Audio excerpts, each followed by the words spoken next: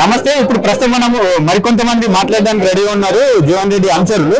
So వారు ఏమన్నా ఇప్పుడు ఒకటి చెప్పండి అన్న. ఇప్పుడు 4 దశాబ్దాల పాటు పార్టీకి సేవలు అందించారు, మంత్రిగా ఉన్నారు, ఎమ్మెల్యేగా ఉన్నారు, ఎమ్మెల్సీగా సేవలు అందించారు. జీవన్ రెడ్డి అంటే జగిత్యాల కాంగ్రెస్ అంటేనే జీవన్ రెడ్డి. సో ఈ అధిష్టానం ఎందుకు పట్టించుకుంటలేదు, ఎందుకు ఈ పరిస్థితి రావడానికి గల కారణం ఏంటి? మీ పేరు చెప్పండి. మా పేరు జావర శ్రీనివాస్. నేను కాంగ్రెస్ పార్టీలో 20 సంవత్సరాల నుంచి నేను జీవనన్న గారి ఆధ్వర్యంలో కార్యకర్తగా పనిచేస్తున్నాను. ఇప్పుడు నాడు అంటే జీవన్ రెడ్డి గారు మంచి హయాంలో, రాజశేఖర గారి హయాంలో మినిస్టర్గా ఉన్న పీరియడ్లో ఉవ్వెత్తున తెలంగాణ ఉద్యమం ఉగిసిపడుతున్నప్పుడు ఏ ఒక్క లీడర్ కూడా జ్ఞాపకం రాలే కేసీఆర్ మీద పోటీ చేయడానికి. వచ్చిరా ఎవరైనా మొగోడు ఉన్నాడా? ఎవరు లేదు. అప్పుడు ఎవరు కొట్లే మొగోళ్ళు. అప్పుడు జీవన్ రెడ్డి గారిని అధిష్టానం, రాహుల్ గాంధీ గారు, సోనియా గాంధీ గారు, మన్మోహన్ సింగ్ గారు అధిష్టానం గుర్తించి కేసీఆర్ మీదకి పోటీ పంపింది. మరి అప్పుడు లేరా తెలంగాణ ఉమ్మడి ఆంధ్రప్రదేశ్లో అంతా మొగోడు లేరా? జీవన్ ఒక్కడే ఉన్నాడు. అప్పుడు ఎప్పుడు గుర్తించింది అధిష్టానం? ఇప్పుడు ఎందుకు గుర్తించలేదు? ఇప్పుడు కూడా బీఆర్ఎస్ నుంచి వచ్చినాడు, వారి బిల్లుల కోసం వచ్చినాడు. బిల్లులు ఏమైనా ఉంటే చూసుకుని వెళ్ళిపోవాలి. పార్టీ అంతర్గత సమస్యల, కార్యకర్తల సమస్యల, ఇప్పుడున్నటువంటి పార్టీ సంబంధించినటువంటి పోస్టుల ఎటువంటి సంబంధం ఉంది? ఏ సంబంధం ఉంది? ఉన్నాయా? మరి లేనప్పుడు ఏం చేసుకోవాలి? ఆయన పని ఏదో చేసుకొని వెళ్ళిపోవాలి. పార్టీ కలగలు కానీ టీపీసీసీ ఉన్నారు, ముఖ్యమంత్రి గారు ఉన్నారు, ఏసీసీ ఉన్నది. ఆ విధంగా అందరూ వర్క్ ఏం చేసుకొని వెళ్ళిపోతారు. పార్టీ అంతర్గత సమస్యల వల్ల వేలు పెట్టి ఈ రోజు పెద్ద 43 సంవత్సరాలు పార్టీ కార్యకర్తలకు, పార్టీ అధిష్టానానికి అధిష్టానం ఏం చెప్తే ఆయన శిరస వహిస్తూ ఒక క్రమబద్ధ నాయకునిగా, ఒక మంచి లీడర్గా గుర్తింపు తెచ్చుకున్నటువంటి లీడర్ గారికి ఇప్పుడు ఇటువంటి చేసుడు ఎంతవరకు కరెక్ట్? అధిష్టానం గుర్తించాలి. రేవంత్ రెడ్డి గారు ఎప్పుడు గుర్తిస్తుంది? రేవంత్ రెడ్డి స్వయంగా చెప్తున్నారు, నేను ఇక్కడి వరకు తొక్కుకుంటా వచ్చినా అని. సో ఎవరిని తొక్కుకుంటా వచ్చిండు? ఇప్పుడు రేవంత్ రెడ్డి గారు వాళ్ళ ఊర్లో పొలం దొక్కుకుండా వచ్చిందా, లేకపోతే ట్రాక్టర్ ఎక్కి దొక్కుకుండా వచ్చిందా కావచ్చు. కానీ జీవన్ రెడ్డి గారు అనుకుంటే ఆయన ఎట్లా తెచ్చుకున్నాం కాంగ్రెస్ పార్టీ, ఆయనతోనే మనకి కిందకి దించేస్తాం.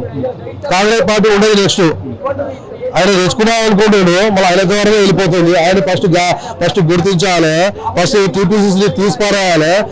టీపీసీసీ అధ్యక్షుడిగా ఉండేటువంటి జీవన్ రెడ్డి అంత హోదా, ఆయన అటువంటి హోదాని పెట్టుకున్నాడు. రేవంత్ రెడ్డి గారు అన్నా నేను వర్క్ చేస్తా, కాంగ్రెస్ ప్రభుత్వాన్ని ముందుకు తీసుకొస్తా అంటే చెయ్యి భయ చేసుకొని చెయ్యి బాబు అని చెప్పి సారేరికి సపోర్ట్ చేసిండు. ఇప్పుడు నువ్వేం చేస్తున్నావు? ఎవరైతే సీనియర్ ఉన్నారో ఆ సీనియర్ల మీకు ఈ విధంగా చేస్తూ కరెక్టేనా? ఈ రోజు కాంగ్రెస్ పార్టీని బస్టు ఓడిస్తున్నావు. ఎంత మంచిగా కాంగ్రెస్ పార్టీని తెప్పించినావో అంతకంటే ఈ విధంగానే పాతాలకు చెప్తున్నావు. కాంగ్రెస్ పార్టీని గుర్తుంచుకో. రేవంత్ రెడ్డి గారు నువ్వు అధిష్టానం మాట ఇంటలేదు, అయిపోయింది. కాంగ్రెస్ కార్యకర్తలు మొత్తం బదనాం చేసేసినావు. మొత్తానికి కాంగ్రెస్ పార్టీని మొత్తం బదనాం చేసేస్తున్నావు. మొత్తం కొత్త ఉన్నటువంటి ఎవరైతే డబ్బులు ఇస్తున్నారో వాళ్ళందరూ తిరిగిందో మొత్తం కాంగ్రెస్ కార్యకర్తలు పట్టించుకుంటలేవు. గుర్తుపెట్టుకోండి. రేవంత్ రెడ్డి ఎట్లా ఉంది కాంగ్రెస్ పార్టీ పరిస్థితి? ఎట్లా ఉంది కాంగ్రెస్ పార్టీ పరిస్థితి? ఇలానే ఉంటే ఇంత సేవలు అందించిన ఈ సీనియర్ నాయకులకు ఎందుకు గుర్తిస్తలేదు? అసలు ఎందుకు ఇప్పుడు అంటే కొత్త తరం రావాలని కోరుకుంటున్నారో, పాత వాళ్ళకు కనీసం నామినేటెడ్ పదవులు కూడా ఇచ్చే అవకాశం లేదా? ఇప్పుడు కాంగ్రెస్ పార్టీ అంటే మహాసముద్రం. నేను చరిత్రలో ఎప్పుడు కూడా కాంగ్రెస్ పార్టీలో ఎటువంటి పోస్ట్ ఉన్నా కానీ అన్ని రెగ్యులర్ గా చూసుకుంటూ ఎవరైతే ఉన్నారో సీనియారిటీ ప్రకారం పనిచేసే వ్యక్తి ఎవరో చెప్పి వాళ్ళు చేసుకో. జీవన్ అన్న 43 ఏళ్ల నుంచి ఎన్నో పనులు చేయాల్సి ఉంటుండే. అదే బాజాప్తా నాకు అధిష్టానం ఏదైతే ఇస్తుందో నేను అదే చేసుకుంటూ ముందుకు పోతా అని చెప్పడం జరిగింది. మరి ఏం గుర్తిస్తుంది ఇప్పుడు? రేవంత్ రెడ్డి ఎక్కడ పోయినాను 2007లో 2006లో అప్పుడు కేసీఆర్ మీద పోటీ చేయడానికి ధైర్యం లేరు. ఆ పీరియడ్లో అధిష్టానం జీవన్ రెడ్డి గారు మీరైతేనే కేసీఆర్ మీద ఢీకొంటారు అని చెప్పి పోటీ చేయడానికి గెలవడం కూడా జరిగింది. అది అటువంటి సమయంలో ఎటువంటి మీరంతా ఇప్పుడు పార్టీకి సేవలు అందించినటువంటి జీవన్ రెడ్డి గారిని మీరు ఎటు చూడకుండా ఈ విధంగా చేసిన ఎంతవరకు న్యాయం?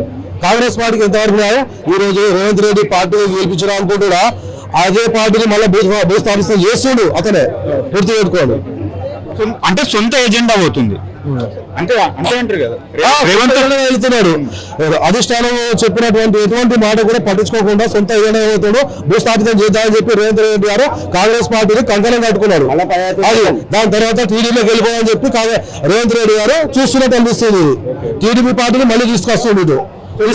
నెక్స్ట్ ఎలా ఉండబోతుంది ఏమనుకుంటారు? రాబోయే రోజులలో జీవనన్న గారు 3 గ్రామ పర్యటనలు కూడా జీవన్ రెడ్డి గారు చేస్తానని అంటున్నారు. సో ఇప్పుడు రాబోయే రోజుల్లో జీవనన్న గారు చరిష్మా ఎట్లా ఉంటుంది అంటే అది చెప్పలేదు. ఎందుకంటే ప్రతి గ్రామాన అతనికి అన్నకు నీరాజనాలు పడుతున్నారు. గుర్తుపెట్టుకోండి. వీళ్ళు అనుకుంటున్నారు కావచ్చు మేము అది చేస్తున్నాం ఇది చేస్తాం. ఏంటి అన్ని స్కామ్లు ఉన్నాయి. అంత స్కీములు లేవు, అన్ని స్కామ్లే ఉన్నాయి. అన్ని స్కామ్లే నడుస్తున్నాయి. రేవంత్ రెడ్డి గారు గుర్తుపెట్టుకోండి.